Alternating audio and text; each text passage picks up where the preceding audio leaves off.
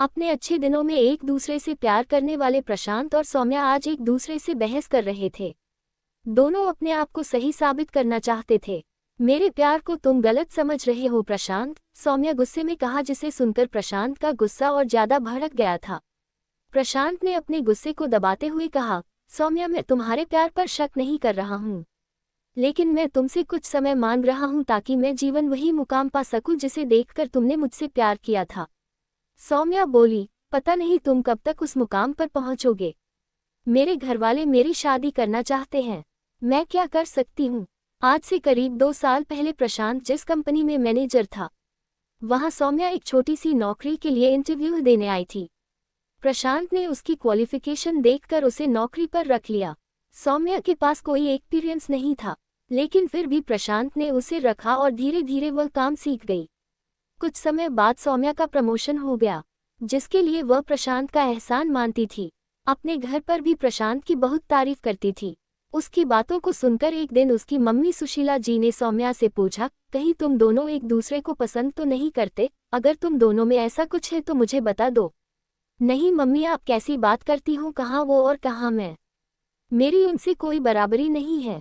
मेरे जैसे करीब 200 एम्प्लॉय को वो संभालते हैं। ये कहकर सौम्या अपने कमरे में चली गई।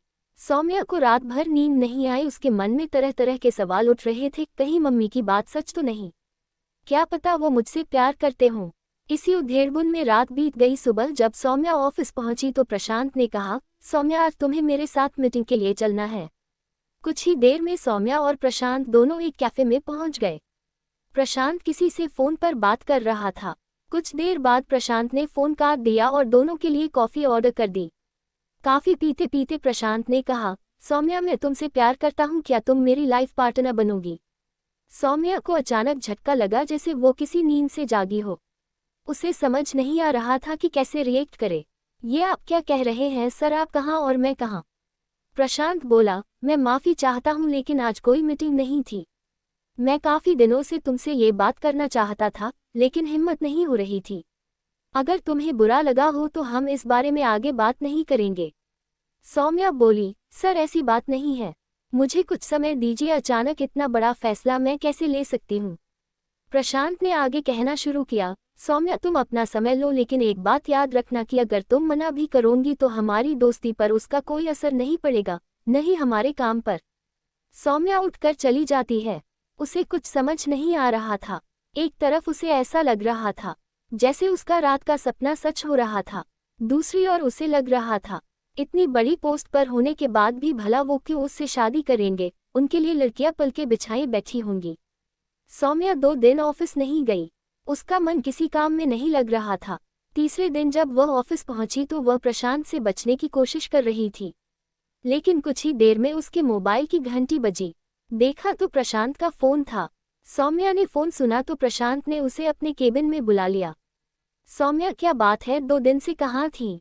तुमने क्या फैसला किया? मैं पिछले 2 दिन में बहुत परेशान था, आज तो अपना फैसला बता ही दो। सर, आपके और मेरे स्टेटस में बहुत फर्क है, यह आप अच्छे से जानते हैं। ऐसे में मुझे कुछ समझ नहीं आ रहा, क्या करूं? प्रशांत ये सुनकर हंसने लगा, तुम भी कमाल करती हो, बस इतनी सी बात, मुझे इस सब से कोई फर्क नहीं पड़ता। ये सुनकर सौम्या ने हाँ में सर हिला दिया। अब दोनों ऑफिस के बाद मिलने लगे, ढेर सारी प्लानिंग करने लगे, जैसे शादी के बाद कहाँ घूमने जाएंगे, घर के पर्दे कैसे होंगी, शादी में किस किस को बुलाया जाएगा। कुछ दिन बाद दोनों ने अपने अपने परिवारों को एक दूसरे से मिलवा दिया।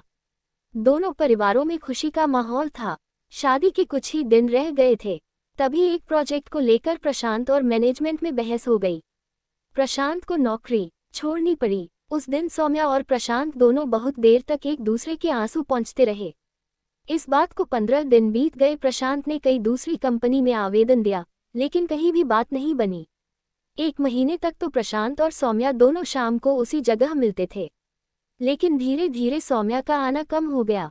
कई बार तो प्रशांत बैठा बैठा उसका इंतजार करता रहता था, लेकिन सौम्या आना तो दूर, फोन भी नहीं उठाती थी। आज के दिन सौम्या ने प्रशांत को साफ बता दिया था कि वो प्रशांत को छोड़कर जाना चाहती है। प्रशांत बोला, सौम्या, मैंने तो कभी तुम्हारी पोजीशन को अपने आड़े नहीं आने दिया। आज मेरी नौकरी चली गई तो तुम मुझसे किनारा करने की सोच रही हो। सौम्या उठकर चल दी। जाते जाते उसने इतना ही कहा, प्रशांत मुझे नहीं लगता कि अब तुम कभी तरक्की कर पाओगे। फिर मेरे घर वाले अगर मेरे फ्यूचर के लिए प्लान बना रहे हैं तो मैं उन्हें कैसे मना कर सकती हूँ। ये कहकर सौम्या उठकर चली गई। प्रशांत चुपचाप अपने घर आया और अपने कमरे में जाकर बहुत देर तक रोता रहा। सौम्या उसकी जिंदगी से जा चुकी थी। उसे उससे बहुत नफरत हो गई थी। कुछ दिन बाद प्रशांत सब कुछ भूलकर नौकरी खोजने लगा। कुछ ही दिनों में उसे एक कंपनी में मैनेजर की नौकरी मिल गई। ये कंपनी पहली कंपनी से भी बड़ी थी। प्रशांत की सैलरी डबल हो चुकी थी। कुछ दिनों में ये खबर सौम्या को मिली। वह अपने के पर बहुत शर्मिंदा थी। उसकी मम्मी ने कहा, अरे तू एक बार जाकर माफी मांग ले, क्या पता वह मान जाए। वैसे भी वह तुझ पर लट्टू था।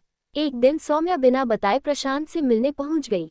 उसे देखकर प्रशांत ने कहा, देखा सौम्या, अब मैं पहले से भी बड़ी कंपनी में आ गया और मेरी सैलरी भी डबल हो गई है।